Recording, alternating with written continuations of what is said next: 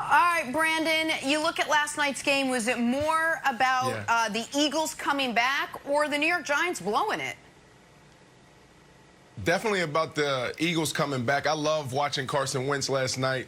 It was one of those games where you tune in and you're like, look at this division. We've been crushing this division. It's the worst division in history of sports. And then you look at the records like, is this going to be a good game? I really enjoyed the game. There were so many storylines. I was thinking about, wow, now is this going to turn into a three-team division race? You know, now, if the Giants win, are we going to be talking about the Giants potentially winning division? You got Carson Wentz playing lights out at times. I thought as his playmakers made plays, he got better. He overcame the offensive line play. You finally saw those young wide receivers step up and make some key plays down the stretch. And then on the other side, yeah, there was some of the Giants blowing it, of course.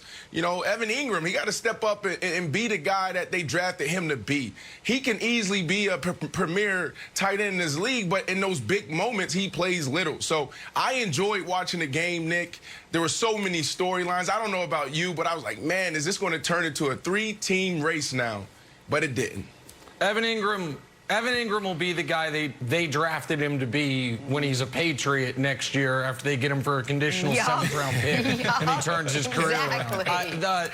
This game is more about the Eagles because, let's be honest, every game the Giants play is going to either be wholly irrelevant or only relevant because of their opponent. The next time the Giants are a competitive team, they will have a new general manager and a new quarterback. I don't know if they'll have a new coach or not. But the Giants don't, for all intents and purposes, matter in the 2020 football season. The reason the Eagles matter a little bit is because this year, while it's still going to be something of a lost year, whether they win the division or not, is going to be a hinge year for Carson Wentz. And last night was a great example of it.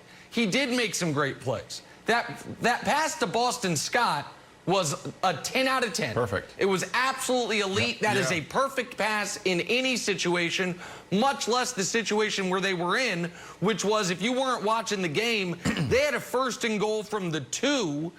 Kelsey gets a face mask penalty to where all of a sudden it's a 1st and goal from the 17, and they only have 40 seconds. So time, score situation, and degree of difficulty of pass, that's perfect. But in the same game, Carson also threw a horrifying interception inexplicably that took points off the board for Philly. And so what I'm interested in with Philadelphia Wilds is, who is the real Carson Wentz? Last night we didn't get an answer, but you saw kind of the good and the bad of him. So to me, this was more about Philadelphia preventing their season from going totally off the rails and Wentz having a nice rallying moment like he almost had last week against Baltimore, by the way, when they were down 16, almost came all the way back, and see if they can salvage something from this season. Nick, you know that flight that Captain Sully landed in the East River? Yeah. No, Hudson River. Got my rivers confused. Yeah. That's what that game reminded me of. If you got off that flight and someone asked you, like, hey, how was it? Like, well, I'll be honest with you. It ended really well, but it was a little hairy there. Right? It wasn't fantastic. Carson Wentz had one play, and if we can run it, Katanik, and I'll quote you what Troy Aikman said while watching this play on the replay. All of you young quarterbacks watching on your couch, don't do this. You will not finish the game as the quarterback. So then I started to think, man, we're getting close to Jalen Hurts time here. This is insane. Shortly after this, he threw his league-leading 10th interception, and next thing you know, he wins the game. So this guy, Brandon, you may have liked the roller coaster. I don't think Eagles fans do. I think Carson Wentz needs to believe in himself a little less. Just do normal stuff, dude. Stop watching Mahomes highlights. Absolutely. Well, I mean, it's 1st and 10. I can see if the game was on the line. Right. Yeah, absolutely right. All right, so we discussed Carson Wentz. I'd be remiss if I didn't discuss the opposing quarterback, Daniel Jones, and the play we're all talking about this morning. Daniel Jones taken off in the 3rd, nothing but green grass in front of him. Watch out, buddy. Watch out for literally nothing. Danny Dimes trips up just shy of the goal line. He got 80 yards. The guy needed 88 for the touchdown. Patrick Mahomes chimed in with this tweet. I mean, I can't even say anything because I would never be able to run that far either. Brandon, was Daniel Jones' 80-yard run a highlight or a low light?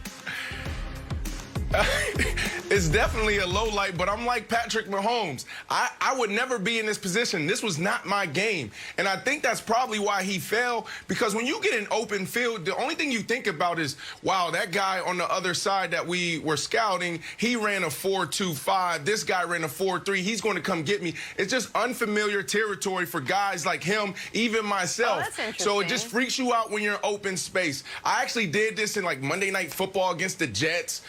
Cromartie chasing me, and I just tripped. I can get it. I understand it. Nick, I'm going with both. I'm calling it a highlight, low light, maybe, or a high, low light. There's three other ones to think about in your category. Light. One, when John Morant misses a dunk. Those amazing missed John Morant's on it. Highlight, low light. Two, old Kansas City, Bo Jackson strikes out, breaks the bat over his knee. Highlight, low light. Daniel Jones joins the club now. All right, so this is obviously a low light. It's going to be on, do we still do blooper reels, or was that just a thing from the 80s? Yeah. If there are blooper reels, it's going to be on it for this year and honestly for the next few years of the NFL. It's a meme now. And a little window into how I was watching the game.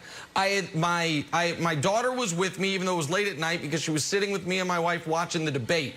We had the game on mute and had the debate with the sound on. I didn't have my eyes on the screen when this happened. And my daughter says, "Daddy, that football player just did a somersault." And I said, "What?" And I looked up and I saw the replay of Daniel Jones flipping about. So, yeah, that's a low light for anybody ever. And Brandon, once again, proving his worth as the nicest man on sports television. Like, oh, don't feel bad. I once did this against Cromartie. Someone find me that tape, because I guarantee it doesn't quite look like this one from old Danny Drops. I didn't fall. I just ran out of bounds. And the general manager walked up to me the next day and asked me the question. He said, "How did you do that?"